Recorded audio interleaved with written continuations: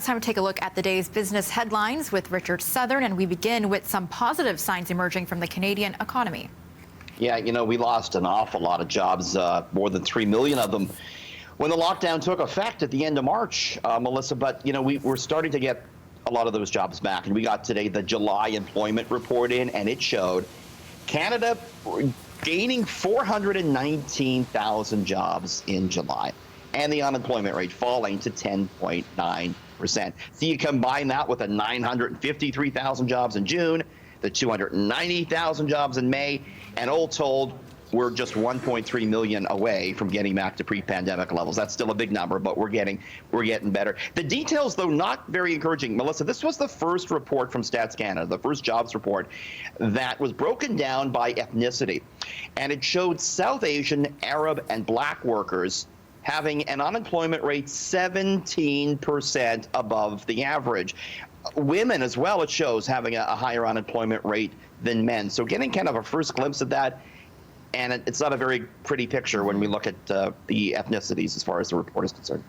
Well, definitely. And now yesterday we talked about the falling earnings at Tim Hortons, but it isn't the only coffee shop that has been hit hard by the pandemic. Yeah, I don't know about you. You're out there working, maybe not you, but me working at home, I'm, brewing coffee at home more than I ever did. And I think that's the case for a lot of people. And it means they're not buying it as much in places like Second Cup.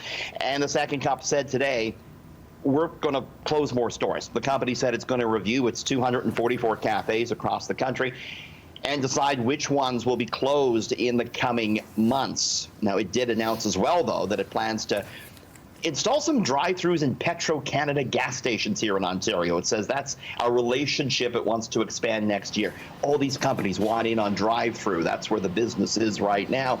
Second Cup also planning to sell its coffee in grocery stores for the first time.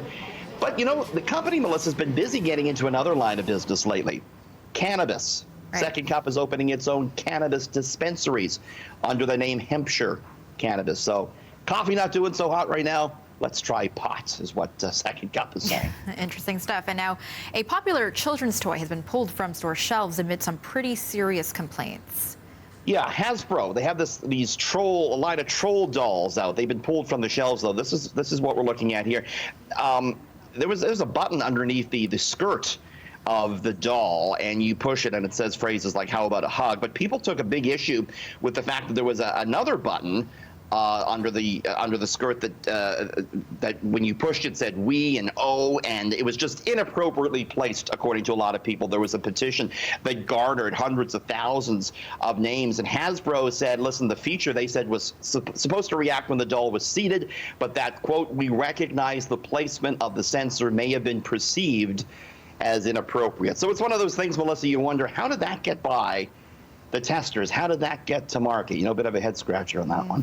Oh, boy. You and I are back just after 6:30. We're going to lighten things up, look at some interesting stories, including Mike Tyson. Remember him, the boxer? He's going to fight now a creature from the sea. You got to check back after 6:30 for that, Melissa. Sounds good. Thanks, Richard. We'll see you then. Thanks.